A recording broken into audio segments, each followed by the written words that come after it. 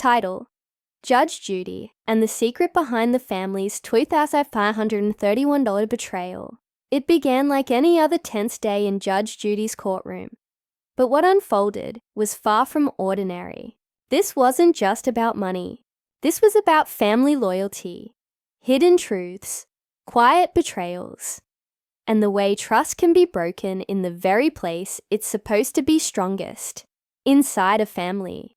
The plaintiff, Ms. Willie, walked in with her face lined by both pain and determination, and beside her sat her quiet younger brother, Guy, whose soft eyes betrayed a man carrying the weight of both disability and disappointment.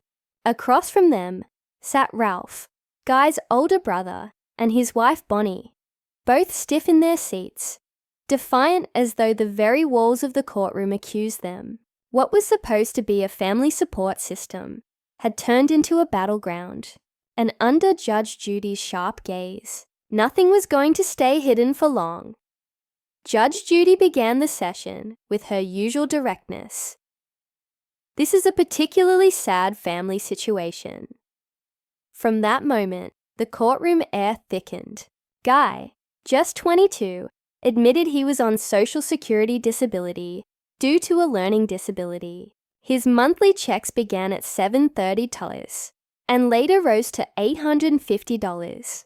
For nearly 2 years, his brother Ralph had been his official payee, trusted to handle his money. But according to Ms. Willie's complaint, that trust had been shattered.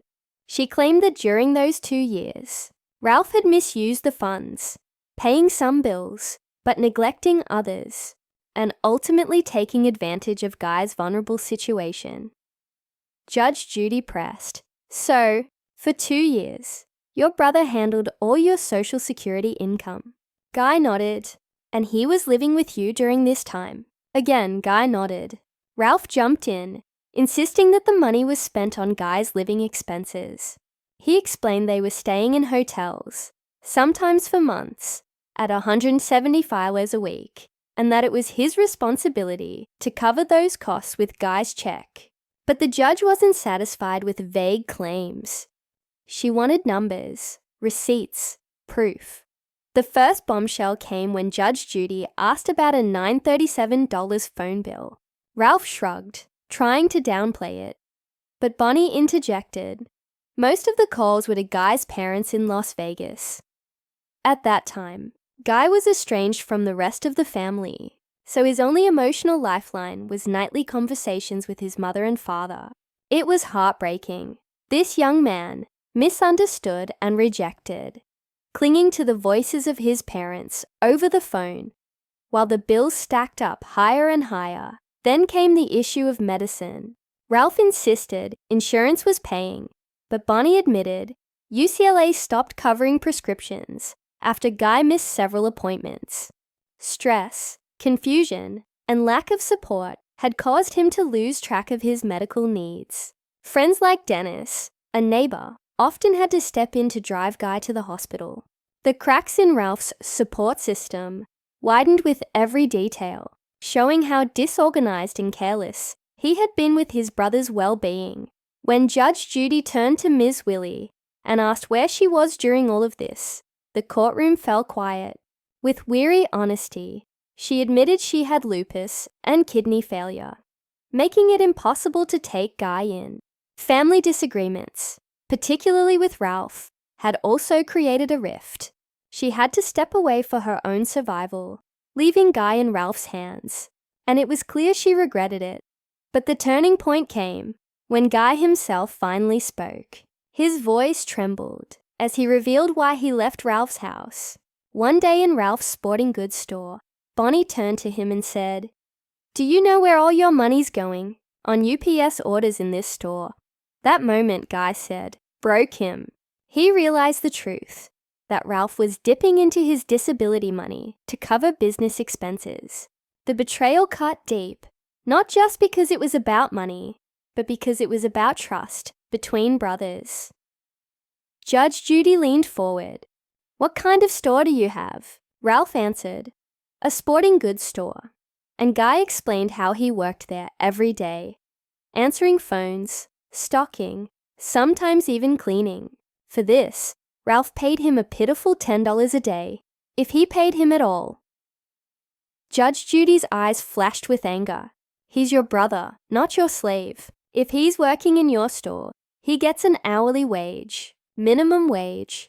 That's the law, Ralph stammered, insisting he was helping Guy by giving him a place to be. But the judge cut him off sharply. No, sir. He was doing you a favor. You took advantage of him. As the testimony went on, more troubling details came out.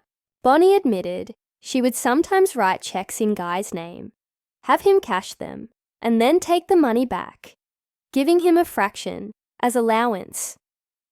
Judge Judy's gavel hit the bench. Do you know what that's called? She asked icily. That's called money laundering. The courtroom gasped. Even if it was small amounts, $25, $50, $80. It painted a disturbing picture of manipulation. The tension in the room grew unbearable. Guy's face showed both shame and quiet strength. He wasn't just a victim. He was a young man fighting to have his voice heard after years of being dismissed. Ms. Willie, visibly emotional, kept glancing at him, as though silently apologizing for not being able to protect him sooner.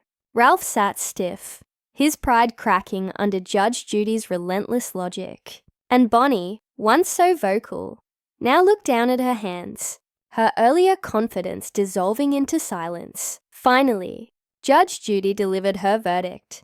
You can't take a man's social security checks, put him to work in your store, pay him pennies, and call that support.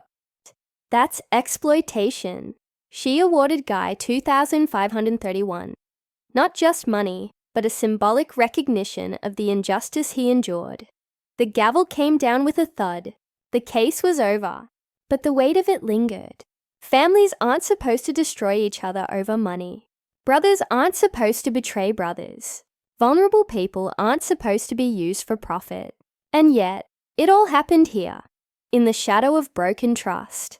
As the audience clapped and the parties were dismissed, Guy walked out taller than he walked in. For once, his truth had been heard, and Judge Judy's courtroom, often filled with petty disputes, had become a stage for something deeper, a reminder of how easily love can be twisted into control, and how important it is to fight for fairness, even within the walls of family. Lesson for listeners and viewers. Trust is a fragile gift, especially within families. Money can reveal truths about character that words try to hide. If someone is vulnerable, the responsibility of family is not to exploit them, but to protect them. Judge Judy's ruling was more than a financial judgment. It was a moral one. It reminds us all that no matter how close the bond, fairness, respect, and honesty must never be sacrificed. When family fails in those duties, the damage cuts deeper than any lawsuit can heal.